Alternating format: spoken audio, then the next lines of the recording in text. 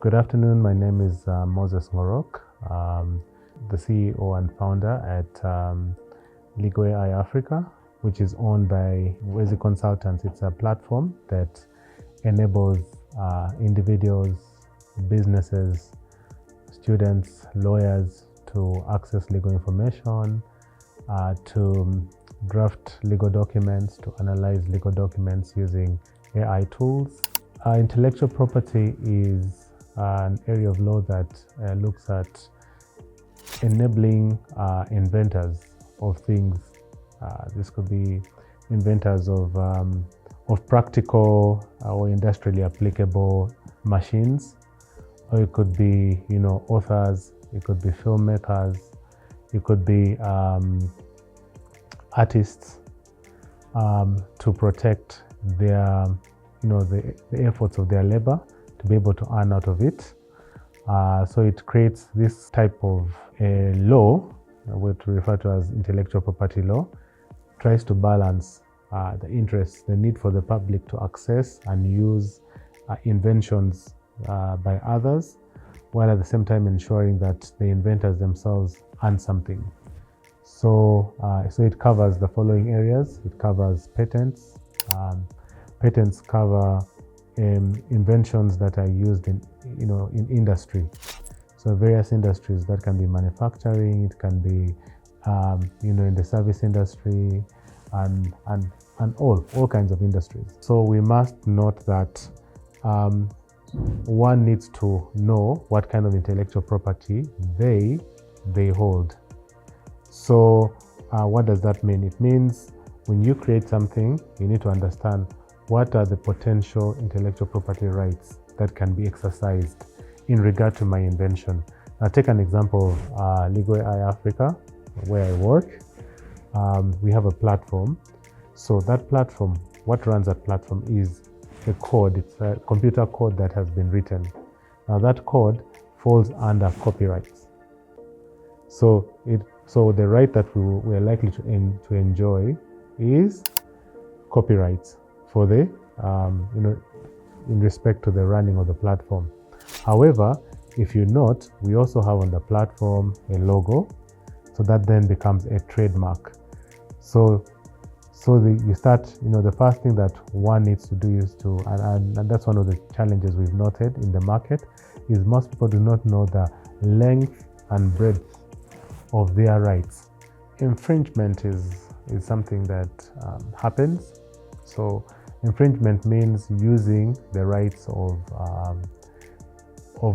another, that is the intellectual property rights, without permission or without license, or going beyond the license that you were given.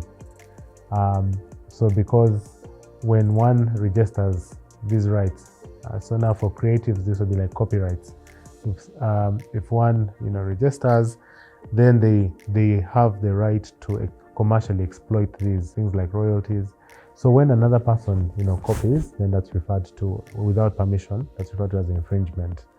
And so one of the things that we see how people infringe usually is copying material without attributing it to the author. You know how you can have a book and the book says you can read this book, but you cannot distribute it.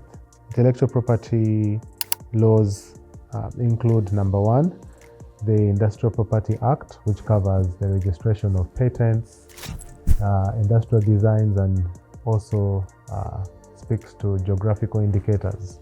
It includes patents, utility models, trade secrets, which I've talked about already. And that is about 2014 law, so it's more recent. I feel like that law it really does cover the gist of what intellectual property is. And I think even with the recent developments, in artificial intelligence, I think it's still, like artificial intelligence, industry 4.0, I feel like it's still quite relevant. I think the one that's being challenged a lot right now is the copyright law. Because now you have these large language models that are able to, generate text, so generative AI. So there are questions around who owns what, you understand? I think right now I think as of last week, companies like Meta just won cases in the American courts around the concept of fair use. Now, to understand whether our laws on copyright, for example, are appropriate or not, we need to just briefly understand how these large language models work. Now, there are different people. There are people called deployers, people who are utilizing these tools like Legal AI Africa. Then there are those who are basically developing the large language models. So there's like upstream providers and downstream providers. Now, the issue arises where you have companies like Meta, OpenAI, which get material like information and train a statistical model and may use it without permission. Now that's where the infringement, the concept where that's where now people start thinking, no, you're actually infringing on our what? On our rights. So authors will come out, they have come out and say, are you infringing? However, our laws do have a concept called fair use. Fair use is a concept that allows people to use an invention without seeking the permission of, in this case, the invention is, it's a copywriter, to use copyrights without seeking permission or paying for a license. This is allowed in special situations like academic circles. So where a student, for example, copies work from a textbook, but limits it just for academic use, for writing, writing or educating people on a particular concept. For business owners and even for individuals, as I mentioned, it's very important that you are able to properly identify which rights you have and register them.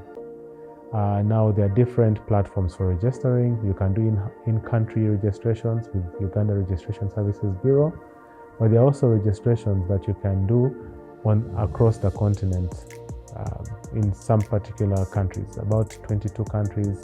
You're able to register with the African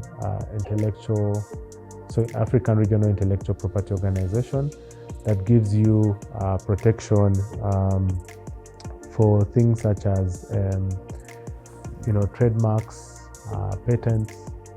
So you're able to save money, because ideally you'd have to go and register in each country. So if you use such a platform, it will save you money. Then it's also possible to register, like say patents and the like, at the World Intellectual Property Organization, so that will give you worldwide coverage.